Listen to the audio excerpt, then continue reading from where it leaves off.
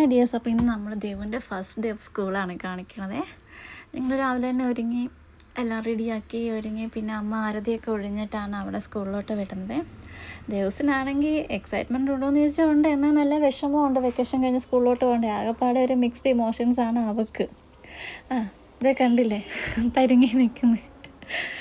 എന്നിട്ട് ഞങ്ങൾ സ്കൂളിൽ ഇന്ന് ഫസ്റ്റ് ഡേ ആണ്, ഞാൻ ഓട്ടോയിൽ അവളെ കൊണ്ടുവിടാമെന്ന് ഓർത്തത്. നാളെ തൊട്ട് സ്കൂൾ ബസ്സിലാക്കിയാണ് വിടുന്നത് കേട്ടോ. അപ്പോൾ അവളുടെ മുഖമൊക്കെ കണ്ടപ്പോൾ എനിക്കാണ് ഇവളെ ആദ്യം അംഗൻവാടി കൊണ്ടുപോയ സമയത്ത് ഒരു ഇൻസിഡൻറ്റ് ഓർമ്മ വന്നത്. ആദ്യത്തെ കുറേ ദിവസം നല്ല കരച്ചിലും കുറച്ച് നേരം ഇരുന്നിട്ട് പോവാം, ഞാൻ അവിടെ തന്നെ ഇരിക്കുക, അങ്ങനെ പരിപാടിയൊക്കെ ആയിരുന്നു.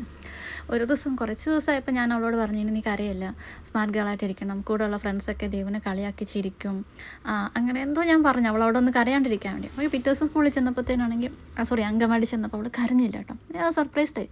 എന്നിട്ട് ഇവിടെ എൻ്റെ അടുത്ത് പോക്കോ അമ്മ പോക്കോന്ന് പറഞ്ഞാൽ ഒരു ടാറ്റ തരും. ഒന്നുകൂടെ നോക്കുമ്പോൾ ആ ചിരിച്ചുകൊണ്ട് ടാറ്റ തരുവാണെങ്കിലും അവളുടെ മുഖമൊക്കെ വല്ലാണ്ടിരിക്കും. എന്നിട്ട് ഞാൻ മാറി നിന്നിട്ട് ഒന്നും തിരിഞ്ഞു നോക്കിയപ്പോഴത്തേനും വല്ലാണ്ട് വിങ്ങിപ്പൊട്ടി. ഒന്നുകൂടെ ഞാൻ ചെന്നിട്ട് ടാറ്റ കൊടുത്തപ്പോഴത്തേനും പൊട്ടിക്കരഞ്ഞു പോയി.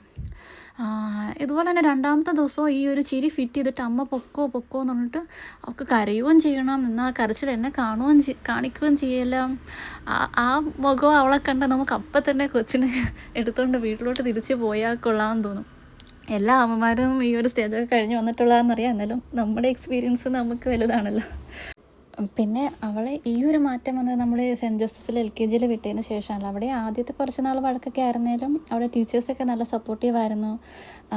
അവർ തന്നെ സ്കൂൾ ബസ്സിൽ വിടാനൊക്കെ നിർബന്ധിച്ചു. അങ്ങനെ ഇപ്പം 1ാം സ്റ്റാൻഡേർഡിൽ ഇത് സ്മാർട്ടായിട്ടിരിക്കുന്നെങ്കിൽ ആ KG സെക്ഷനിൽ പോയതിൻ്റെ ഒരു ഗുണം കേട്ടോ. അപ്പോൾ എല്ലാ പേരൻസും എന്നെ പോലെ തന്നെ കാത്തിരിക്കുകയും നോക്കി നിൽക്കുകയൊക്കെ ചെയ്യുകയാണ്. അപ്പോൾ അങ്ങനെ അവൾക്ക് ഒന്നുകൂടെ ജനലിൽ കൂടെ അവളെ നോക്കി ഒരു ടാറ്റയൊക്കെ കൊടുത്തിട്ട് ഞാൻ സ്കൂളിൽ നിന്ന് പോന്നു.